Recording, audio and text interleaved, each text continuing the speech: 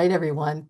Welcome to our workshop. Thank you so much for joining us today. And today we're going to be talking a little bit about a hot topic, which everybody is interested in. I just came from a work conference where there were numerous workshops on AI. So we're going to talk about assessments and using AI to enhance the quality of assessments and to save time.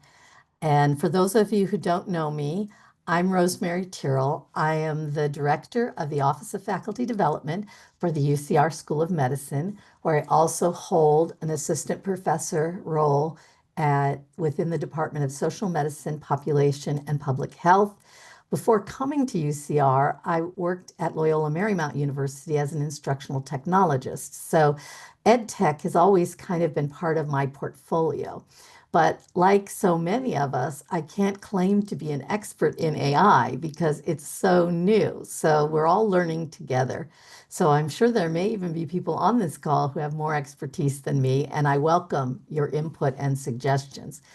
The other two colleagues that have worked with me on some of the data that I'm going to be sharing with you today aren't here to join today, but I did want to acknowledge that Dr. Sharif Hassan, who is our Executive Associate Dean of our pre-clerkship medical education here at UCR, is working with me on this project, as is Marlene Mendoza, who was formerly with my team, but is now the manager of educational technology innovations at Western University of Health Sciences. So I just want to acknowledge their participation in this project. So first, of course, as an ed person, I always talk about learning objectives. I want to share with you that today I hope that you'll have an opportunity by the time we're done to be able to explain how AI can assist in generating diverse, high-quality MCQs for test banks, and to utilize AI tools to create or enhance rationales for your multiple choice questions. So that helps improve feedback for students. And also some hands-on AI tools and demonstrations for generating questions and rationales based on curricular content in your own teaching practice. And I'd like to get us just launched with a little poll. And this, let me make the QR code a little bigger. This may look complicated, but it's not. You can go to any browser that you have, pollev.com, and it's Dr. T UCR. That's me, Dr. T. Or you can use this QR code, or you can text Dr. T UCR to this number 37607 to answer this poll question, which there's no wrong answer. This is just a poll on how comfortable you are with your current level of using AI in assessment creation.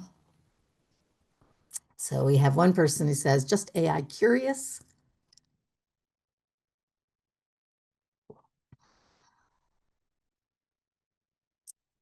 Not comfortable, but willing to try. A few more people are in that category. So far, I don't see anyone who said fully comfortable. I'm already using it. So that's probably why you're here, right? Pretty comfortable, but like to feel fully comfortable. That's good. And I noticed nobody says, I'm concerned and I'm not sure that I even want to try. Well, I'm not surprised that nobody had that category because otherwise you may not have attended today's workshop. So I think that we've heard from almost everyone. I'll give it just another second for anybody who wants to jump on. All right, so we have we have at least one person who's fully, pretty comfortable with AI. Most people are either just curious or they're kind of hesitant, but they're willing to give it a try.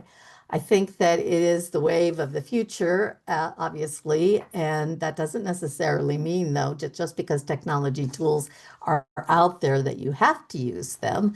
And we especially want to, send a word of caution around the use of AI, which I will talk about.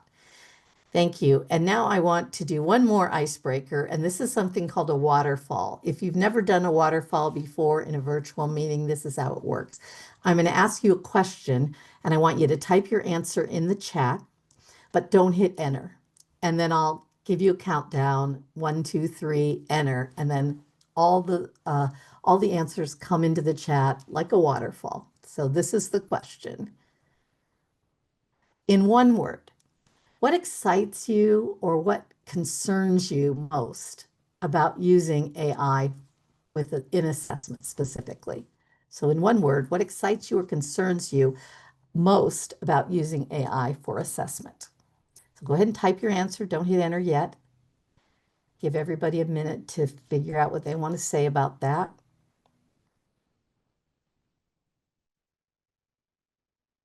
Okay, because it's just one word. Hopefully you've had time. And now I'm just going to do the countdown. 1, 2, 3, hit enter. Let's see what people said. Accuracy, efficiency, hallucinations, bias, efficiency. Great, thank you. And so before we launch in, just wanted to talk a little bit about our problem statement or why we decided to take on this research study. And that's the whole session is not just about the research study. We're going to talk about how to do it yourself. But we know that first and second year medical students need a larger pool of high quality MCQ assessment items so that they can better prepare for step one board exams, particularly questions that are framed in NBME style. However, we also know that faculty are already overburdened with teaching clinical and administrative responsibilities, so that they have limited time and capacity to create a large volume of rigorous, well-designed, and well-aligned test questions that are needed to support student learning and readiness. So that's the problem, is even faculty who want to create, tons of questions just don't sometimes simply have the time. And it's not in the problem statement, but maybe it should be added that it's also a lot of faculty have some challenges, which we'll talk about when it comes to generating questions in general. So what makes an effective multiple choice question? If you want, you can just put a quick answer in the chat. What kind of things do you look for when you say, this is a good question or that's not a good question? And when you're writing them, what are your considerations? Not seeing any answers so far.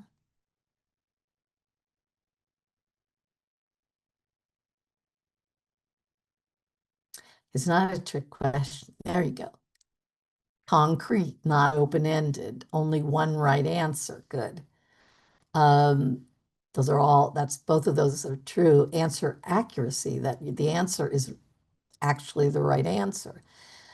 Is there any critical thinking being used or being assessed? Very important. Thank you, Kay. So we know that it's well written, STEM, and at least 4 or 5 potential responses. Yes, all of those are right. So the first one that I put on the list was that a good MCQ question should align to your learning objectives. So what is it that you have asked the students, you've told the students, this is what we want you to learn, and now hopefully you've taught that, and now you should be assessing the same thing. So in EduSpeak, we call that alignment.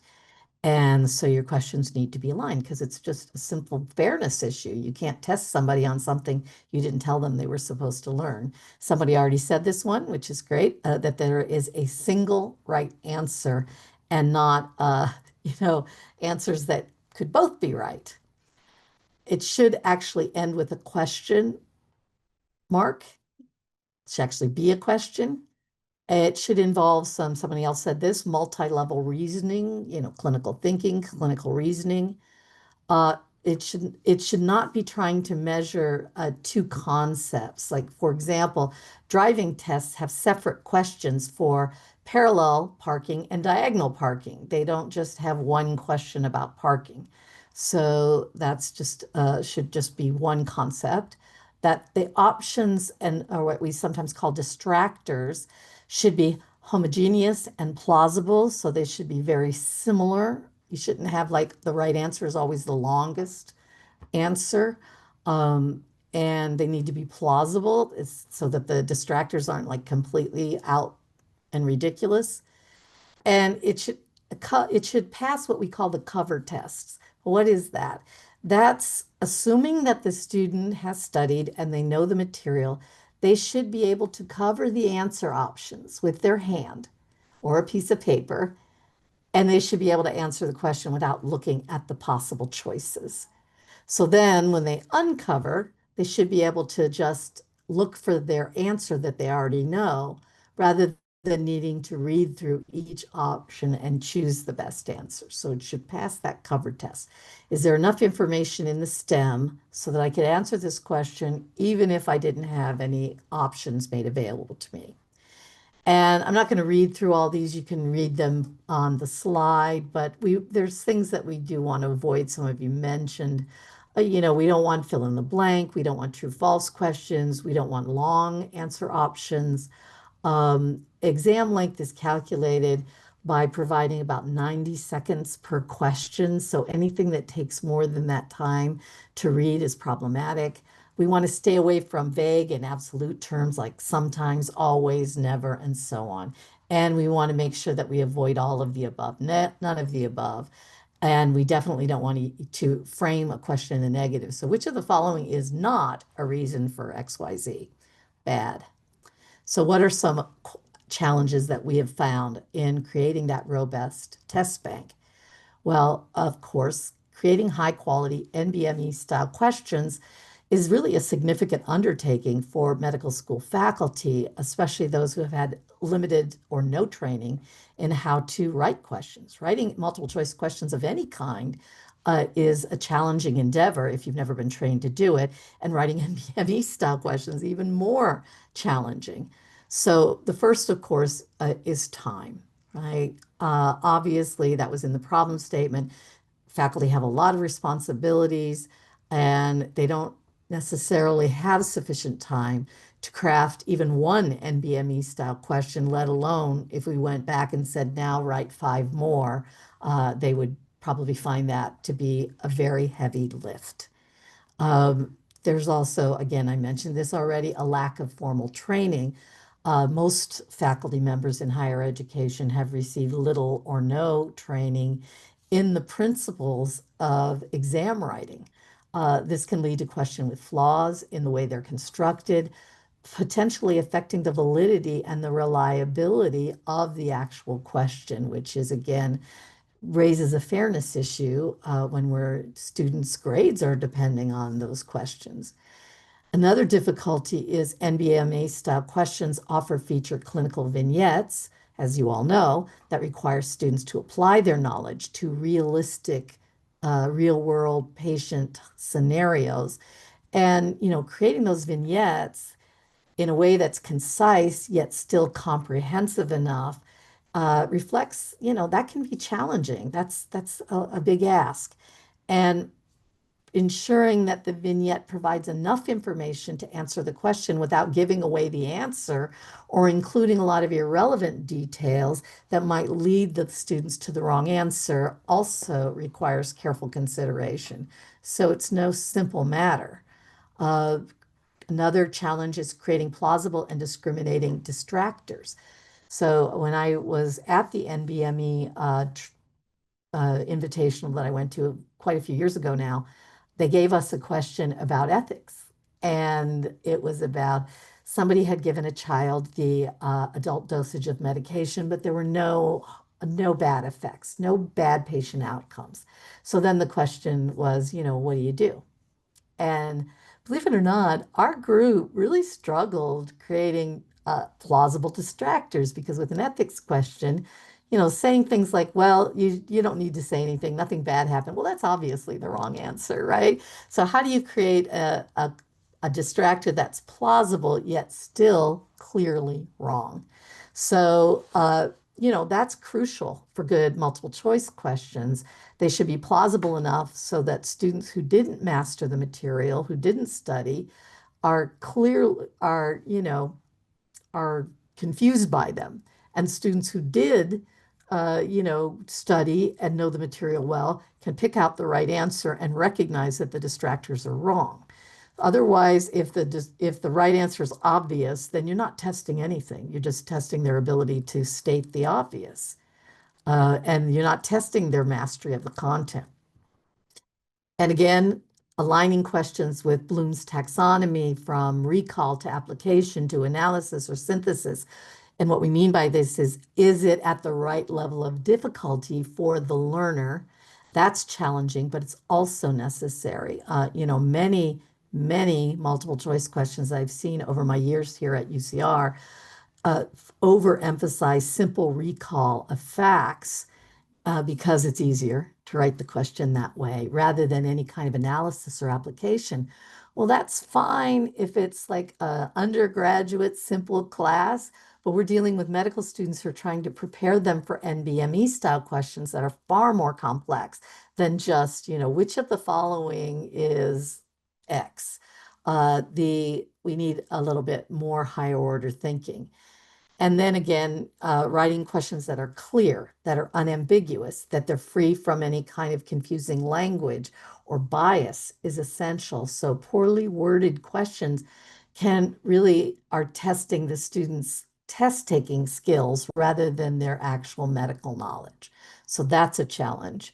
A few more, almost done here, but there's alignment with curriculum and learning objectives. So we have to make sure that they accurately reflect not only the content that was taught in whatever block or clerkship that we're assessing, but also that it's aligned with the overall educational objectives of the medical school curriculum and alignment, as I said before, with the level of the learner and that they're mapped correctly so that when we request questions from our faculty, they have to map them to student learning objectives so that we can look. We also map them to USMLE content areas so that we can really assess how are our students doing in this content area? How prepared are they to answer questions on, biostatistics or whatever the topic is that they've been mapped to.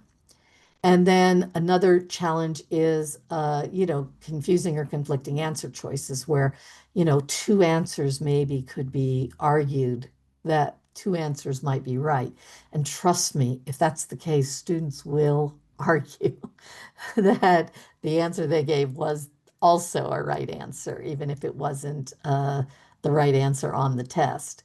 The and also keeping up with NBME standards because the NBME periodically updates its guidelines and the format of its exam questions. So we need to stay on top of that to ensure that they're aligned with current best practices and the kind of NBME exams they're going to be seeing when they get ready to take their step exams. Finally, we want ideally we should undergo some kind of peer review to identify potential flaws. However, finding the time and resources for that can be challenging for busy faculty and departments. And then what this study was about and what this session is about is getting enough to maintain a large, diverse test bank. And why do we want that? We want that for academic integrity purposes, so that if someone has to take an alternate test because they missed an exam, that we're not giving them the exact same answers that every other student's had a week before, and could easily say, well, you definitely want to focus on these things. And despite our secure exam review protocols, sometimes students can remember things. So we want to make sure that we have enough test bank and enough variety that we can cycle through questions and not just repeat the same questions every time we give an exam on that topic. And then the last one, which we'll also talk about a little bit later, is creating rationales that are helpful for the students. And we've had a challenge with that here at UCR, where often faculty will say, see slide 10. Well, I get why they say that because they want to say, look, I covered this. But the problem is when we do the exam review, it's in a secured environment. They can't pull up slide 10 on their computers to see what that was. They need to know in, words why this was the correct answer. And you can also indicate, which session it was in or whatever. There's nothing wrong with that, but you need more than that. And also, for some faculty, it's a heavy lift, even writing a really good quality rationale for the right answer. And now we also would very much like them to write rationales for why the answers that were incorrect. And again, that's a lot to ask faculty to do. It's a heavy lift. So that's where AI comes in as a partner, not a replacement for, but a partner in creating assessments. It's a tool, and you can think of it as like your teaching assistant who's helping you write your exam. So, setting, we're especially, AI, especially large language models like Gemini and ChatGPT, can help generate multiple choice questions very quickly. These large language models have digested a really large amount of medical knowledge, and they've even performed at around 60% on USMLE exams, suggesting that it knows a lot of medical facts and concepts, and it can potentially draft some really good questions. So that makes it a very promising tool to expand question banks with very little effort. So where are these questions coming from? Well, you can use content that you already have created and feed it into AI to generate questions. You don't need to start from scratch, and you don't need to accept just whatever the AI comes up with when it's searching through its own, internet resources. You can upload your lecture notes, your PowerPoint slides, any textbook materials you're using, recordings of lectures, and even AI summaries of those lectures if you're using that as a tool. And a lot of people are doing that now. So you've got a recorded lecture, and you can just feed that back into AI and say, I need, X number of questions. So depending on the AI tool you're using and the level that you're using it at, so in other words, if you're using the free version or the paid version, most of the paid versions of most of these tools, you can create your own personalized database, which you can use to generate questions. And I will admit, we haven't done this yet, but it is possible to do, and a lot of schools are doing this now. A lot of schools are also creating their own internal AI tools. Like I think the UCI has done this, and they call it what, Zotbot, because they're the anteaters. So that way it's a little bit of a more secured environment. And I know some people are concerned about the security of information that they put into AI. And this isn't on my slide, so I'm just going to jump in and mention it now. If you are using, public AI tools, recognize that you need to turn off the training feature. That's the thing when you check that software box saying you accept their terms, that's the thing that allows them to basically keep all your content and make it readily available for anyone who wants it. So you want to turn that off. Now, there's been a lot of controversy over whether we can actually trust these companies to not be collecting data when we turn that feature off, which is why some schools are creating their own tools. Unfortunately, at UCR, we haven't done that yet, but that's what's probably on the, sometime in the future, we will see that where every institution will have its own AI engine that will be behind firewalls, so there's more security there. So guidelines for crafting the prompt. So the first thing you have to do is ask AI a question so that it can answer that question. And it's just called a prompt, right? Just like we call for questions we ask in class. So there are a couple of steps. The first step is you have to define the scope. So what is the topic or subject area or the focus of the question? So whether the question, again, here's an example, create a multiple choice question on the pharmacokinetics of drug metabolism, focusing on the first pass effect. So that is the scope of the question. What do you want the question to be about? And what kind of question? Multiple choice. And then you also want to add in formatting and style preferences. So again, you want the structure, single best answer, clinical vignette, matching items if you're doing that. Make sure you want to clarify what kind of distractors you want. So here's a adding that into the prompt. So write a single best multiple choice question in clinical vignette format with 5 answer choices and plausible distractors. And then you might want to indicate any kind of clinical relevance. So whether the question should mimic a real world scenario, including patient demographics or clinical findings. And I won't read the prompt that I created for this, but because you can read that for yourself. But when I first started playing around with this, I'm not a physician, so I'm not a subject matter expert. So I was pulling in some of the physicians I work with to check the questions that AI was creating to see, are these good NBMA style questions? And a couple of them, people were saying that's what the NBME would call a faux clinical vignette. And I said, well, what do you mean by that? It means that actually you could cover up the clinical vignette and just ask the question and get the answer. So the clinical vignette was really not necessary. So the purpose of the clinical vignette is to present information that's necessary for them to make the accurate diagnosis of what the correct answer is. So again, what do you want to include? Patient history, lab findings, whatever that is, that you want to put that into your question prompt. And then difficulty parameters. So again, here I said intermediate level, second year medical students, etc. So again, you also may want to align to a particular cognitive level. What's the difficulty level that you want this question to be? And you want to make sure that if it's MS1s, it's not going to be as difficult as if it's MS2s or MS3s or so on. And, you're probably going to want to align it to something like Bloom's taxonomy. So, if you're not familiar with Bloom's, there's tons of information on it, and I can certainly send you a ton of information on how to align your questions to a specific cognitive level. But this goes into your prompt. So, generate a clinical scenario that requires application. So this is an application question about cardiac physiology, etc. And then I dumped all that together into one prompt.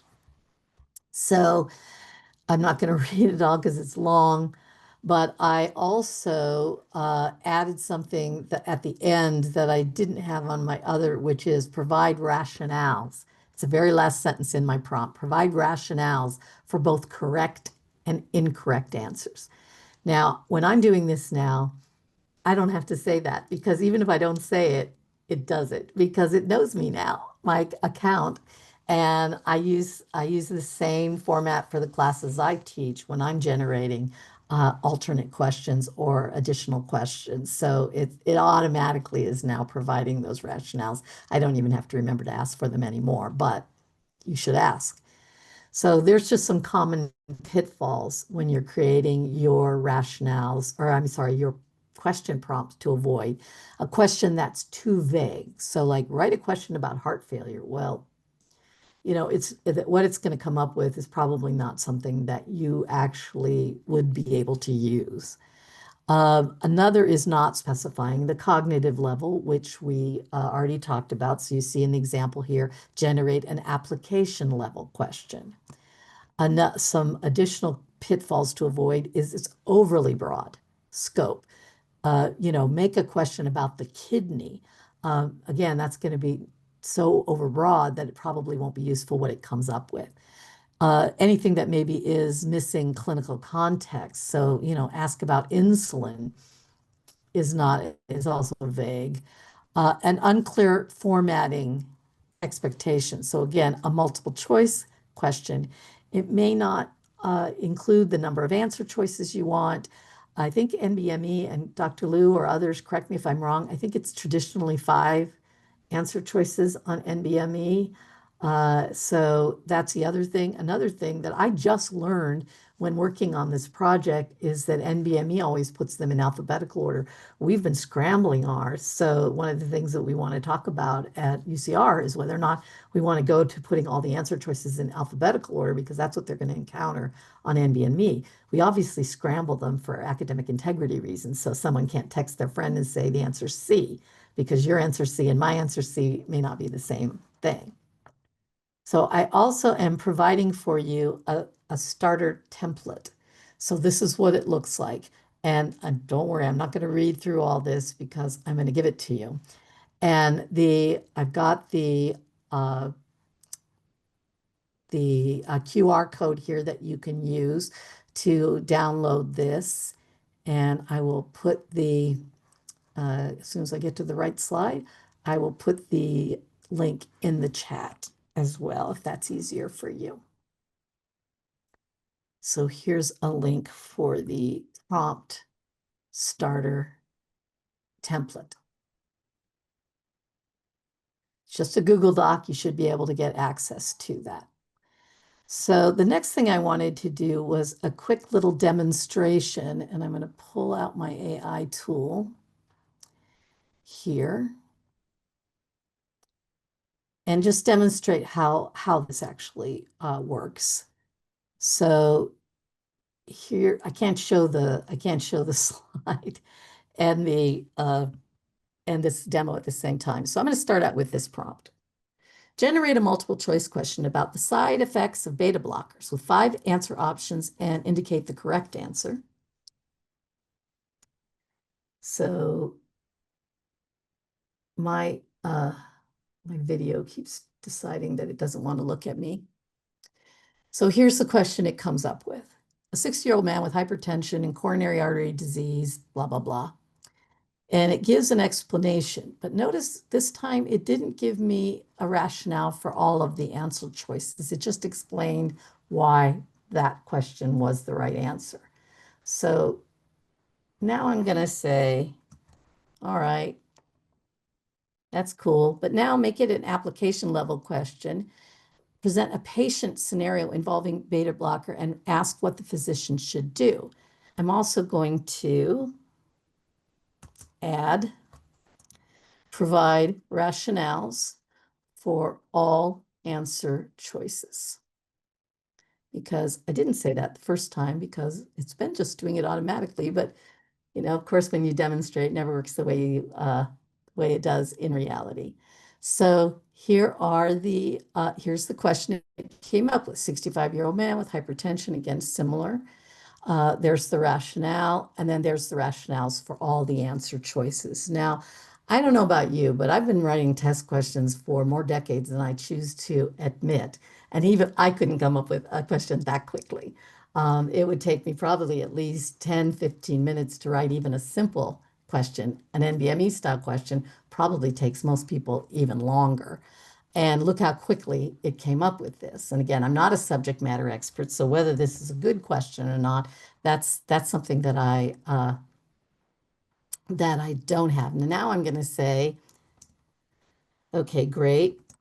Please create 5 different versions of the above question.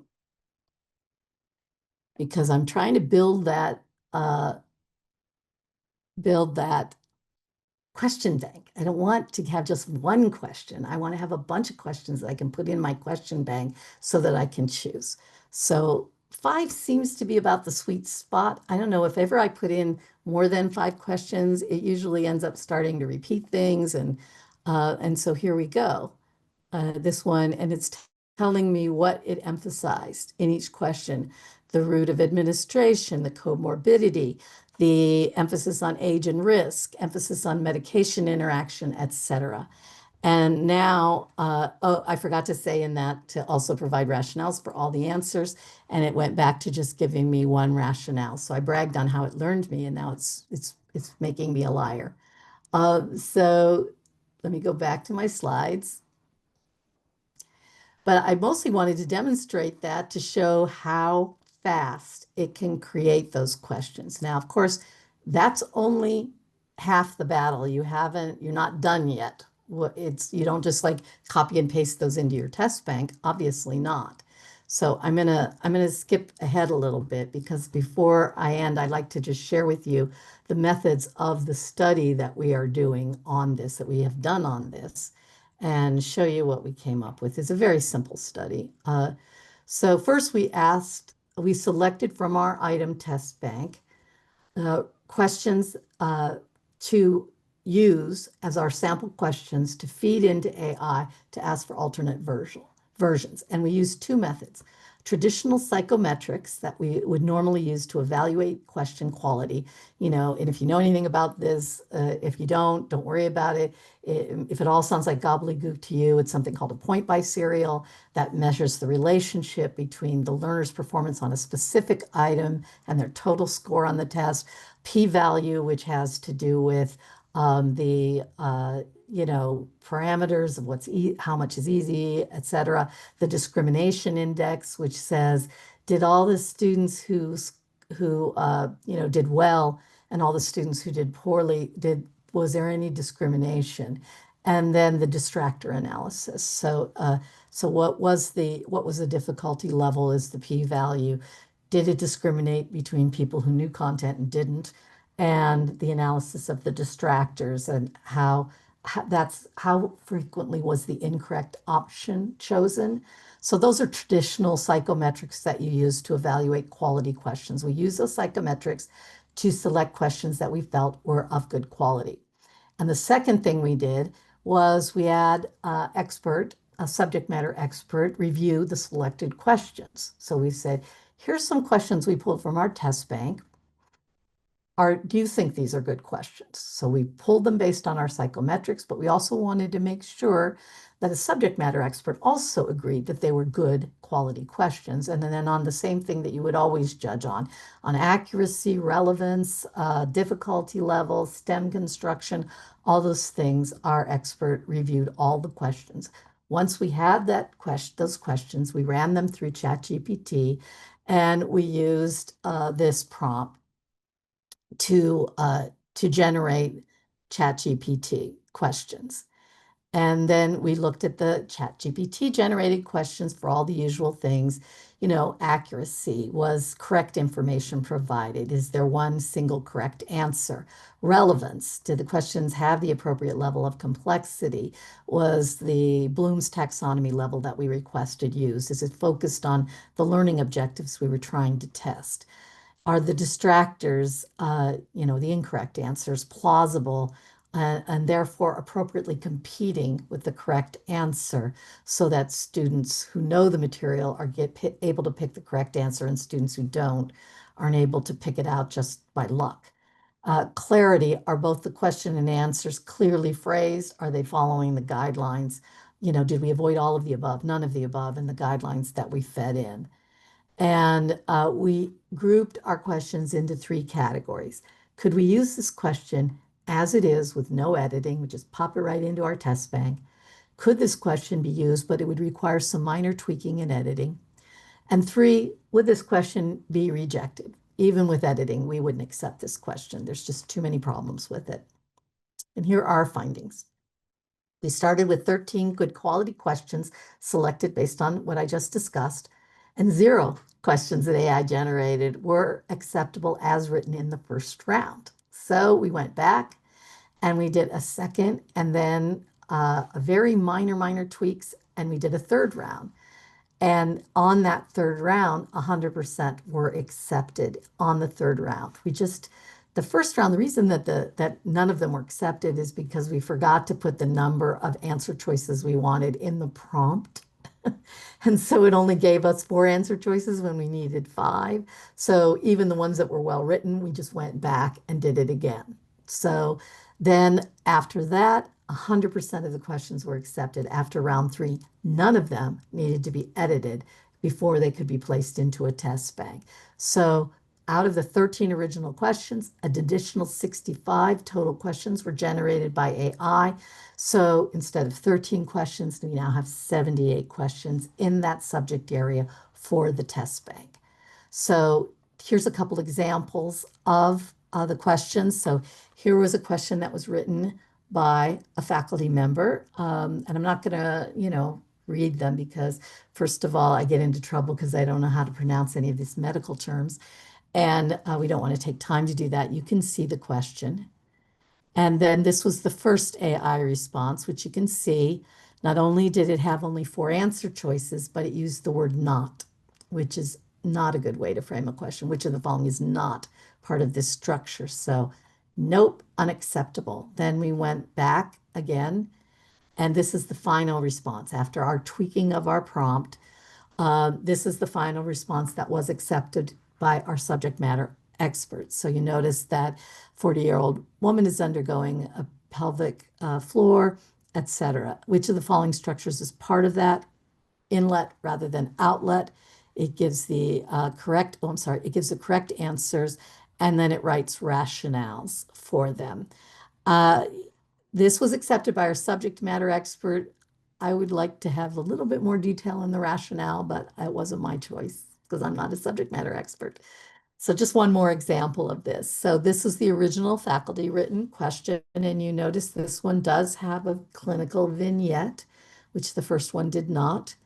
And this is AI's first response. And once again, it was actually a pretty decent clinical vignette, but it only had 4 answer choices. So this was our final response. And notice something else I wanted to point out, that this one was a 29-year-old male construction worker, and this one was a 22-year-old motorcyclist. So again, it's tweaking them and creating different versions of the question, which is the whole point, right? So it gives us the answer, and then it gives the rationales. So that is, again, it it's sorted. It didn't sort them by alphabetically. So again, if we wanted to do this again, we would probably include that in the rationale, because I didn't know at the time I started this study that that was even a thing. So we'd always randomized ours, so I didn't know that NVMe did not. So the other part of this that I wanted to talk about before we run out of time, and I want to leave some time for questions, is the value of rationales. So noting that writing, the question itself is really only half the battle. You have to explain your answers, why your answer was correct, and why the other answers are wrong. Now, long before AI, I did this not for my actual exams, but for practice exams for a very content-heavy course I was teaching. I literally went through and wrote rationales for every single answer choice. And it was very time-consuming, but I felt it was worthwhile. And when the students found out that I had done this, so like when I got a wrong answer and there was this really good explanation, they told me that several students told me that they went back and they retook the test 5 times and answered each question with each option to get the notes and get the information that was in there, embedded in the rationales. And I was like, over the moon, mission accomplished. What's the purpose of assessment? It's to help them learn. And that really helped them learn. And it was an informal study. It wasn't a formal IRB study, but students that took these practice exams over the number of years that I tracked it were getting a 1.5 letter grade above students who did not bother to take the practice exam because it was not required. They didn't have to do it. So that was really beneficial for them. So the rationales are important, but again, as I said at the beginning, it's a lot. It's very time consuming to do. And most faculty are pressed just to even write a good rationale just for the right answer, let alone now I've got to go back and explain why the other answer is wrong. So again, it's easy enough to add that to your prompt. So you just say something like, provide a rationale or explain the correct answer and why the other options are incorrect in the question. So, if we look at that, we can evaluate the output of what the rationales are saying. And are they rationales themselves giving correct information? So a couple of things that we want to note. One is there are ethical issues and logistical considerations about using AI, and I want to touch on that before we end. First of all, any AI-generated content, whether it's questions that I'm putting on an exam, case studies that I'm using for my problem-based learning or my team-based learning, clinical vignettes that we're using for, any kind of class activity or discussion. AI is great at generating all of those things and can really be helpful, but you have to take ownership of them. You can't just generate them and not check them. I know that my boss, the senior associate dean, uh, well, his largest concern that he's raised about this very study, because this is just a study, we haven't actually put these questions into our test bank yet, is that faculty will start using AI and they'll just grab the questions and put them on a test without checking for accuracy. And then we'll have more problems with students complaining about the questions. So I just want to verify, you have to verify that whatever you're generating is accurate. First of all, we all know that AI hallucinates, it makes things up. There was an article in the Chronicle of Higher Education quite a few months ago now, where a faculty member had a new course she was teaching for the first time, so she asked AI to generate her syllabus. Sounds like a good use of AI, right? When she went and checked the syllabus, 50%, 50% of the citations and references listed in her syllabus were made up. They weren't even incorrect. They didn't exist at all, just were fabricated. An incorrect rationale can confuse learners. It can propagate misinformation. So you have to fact check every detail, especially in medicine where guidelines change and AI's knowledge might not be up to date. So if new guidelines come out, and you're still using questions from 3 years ago, you may need to feed those questions into AI and make sure everything's updated, but you still have the ultimate responsibility to confirm that it's accurate. And then you want to check for things like tone and consistency. And we should, again, the explanation, just like the question, should be tailored to the learner's level. So AI might use language that's either too advanced or too simplistic. So you might want to adjust the reading level or depth of the rationale. So you can also prompt AI to modify the tone by saying something like, explain this in simpler terms, or make the rationale more concise, or give more detail in the rationale.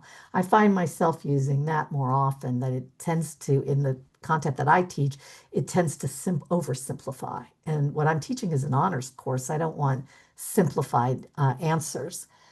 Attribution. If the AI provides a specific fact or a specific statistic, either in the question or in the rationale, ensure that it's a real reference, that it's a reliable source.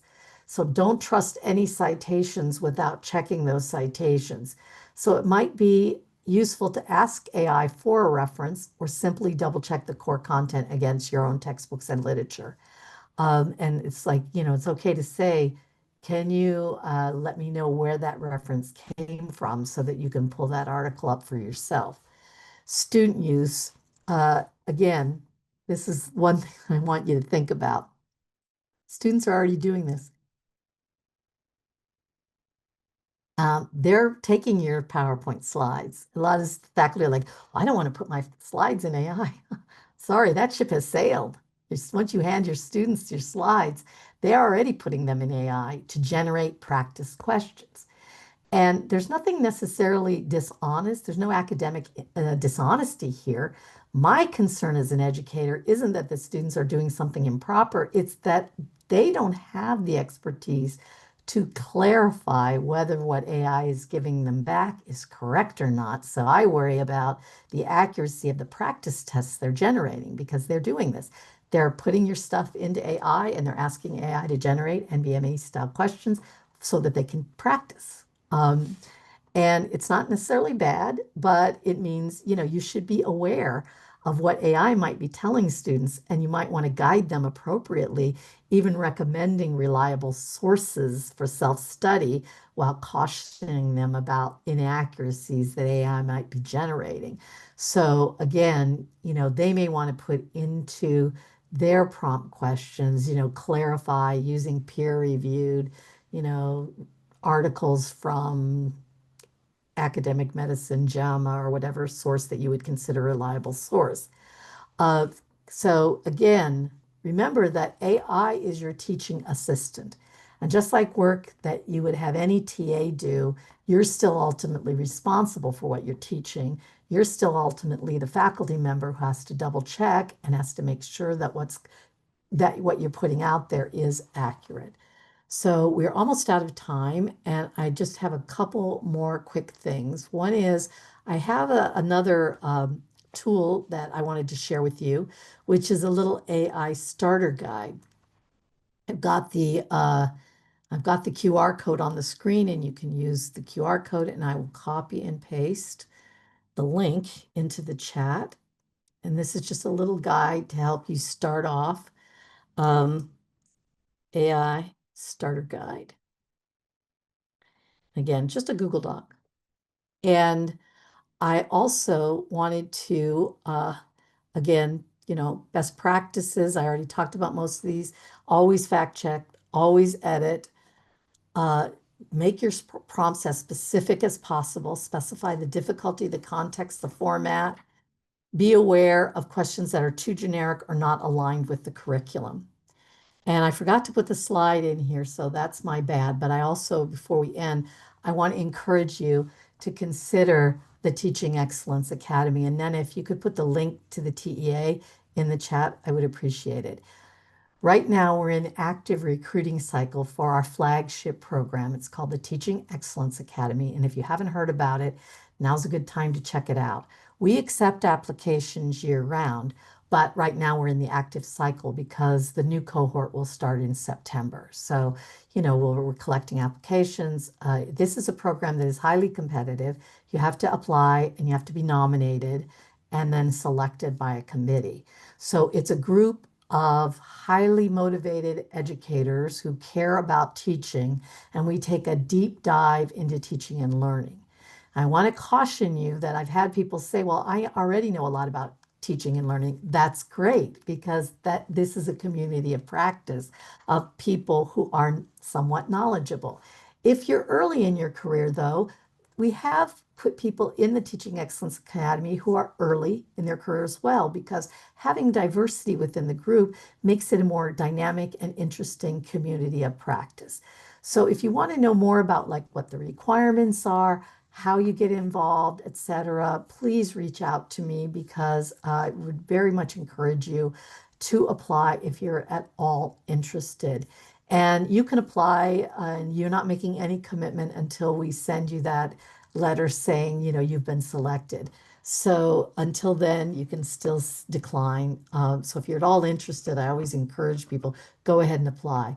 Also, if you've applied in the past and you were not selected, I can tell you, I don't have a vote on the committee, but I can tell you from past experience that the committee does value persistence. So please don't hesitate to apply again. And I forgot to mention, there's a reason why this horrible image is on this slide. It's the cautions about AI that I wanted to make. You'll look at what it generated here.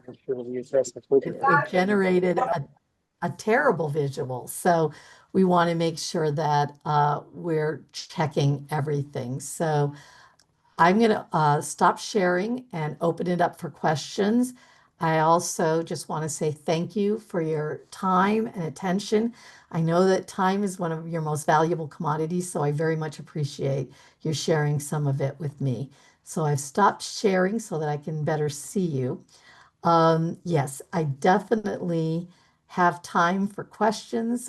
Please, jump in, unmute, put your hand up, whatever you want. Dr. Terrell? Any questions? Dr. Liu? Hi, wonderful presentation. I really, really enjoyed that.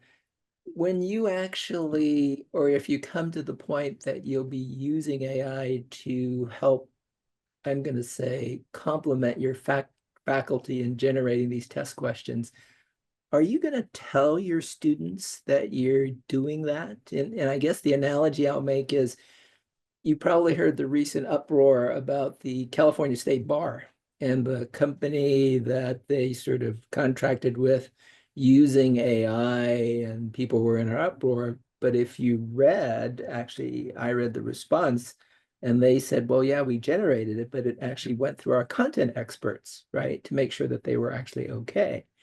And so I said, well, I'm actually okay with that because that's what we're doing now. So I was just curious if you would be disclosing to your students, and I carefully use the word using AI to complement what your faculty are doing. Yes, I do disclose in my classes that I have used AI whenever I've used AI for any content that I share with them, whether it's a handout. I can disclose that I used AI to create those guides that I put in the chat, right? So, because I never want to take credit for someone else's work, that's just academically dishonest.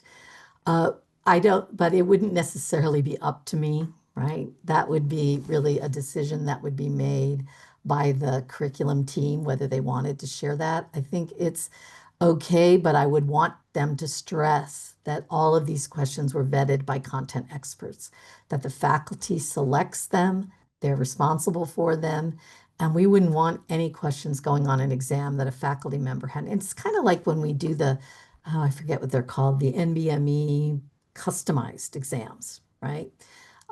We use them, a lot of them in year 2. So the faculty have to go through the test bank and pick the questions. They didn't write them, but they're still responsible for picking questions that accurately reflect the content that was covered in a particular block. So it's not fair to throw questions at students in a block that wasn't part of that block. So we don't just like randomly select questions. The faculty go in and pick certain number of questions that then go on the test. So I think students already know that we're using other resources to generate questions. I don't see AI being that different. Um, as long as the question quality remains. Any other comments, questions? I know some people are still with us, might have a question or two.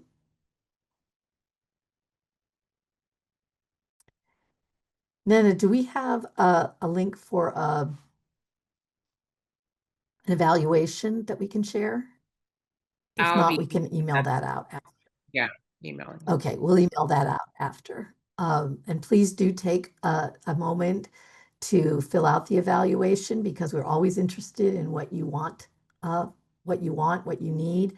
And we do try to create programming that we think would be beneficial for faculty. So if there's another topic that you're interested, even around AI, we're happy to do more.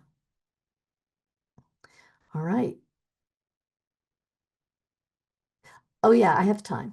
Let me, before I say that, let me check my calendar because I'll never know. Yes, I do have time. Uh, all right. Well, thank you, everyone. And I greatly again want to thank you and thank Nena for her assistance with this, as she always does such a great job setting these up. And if you think of something after the fact, I put my email there. I will also put it in the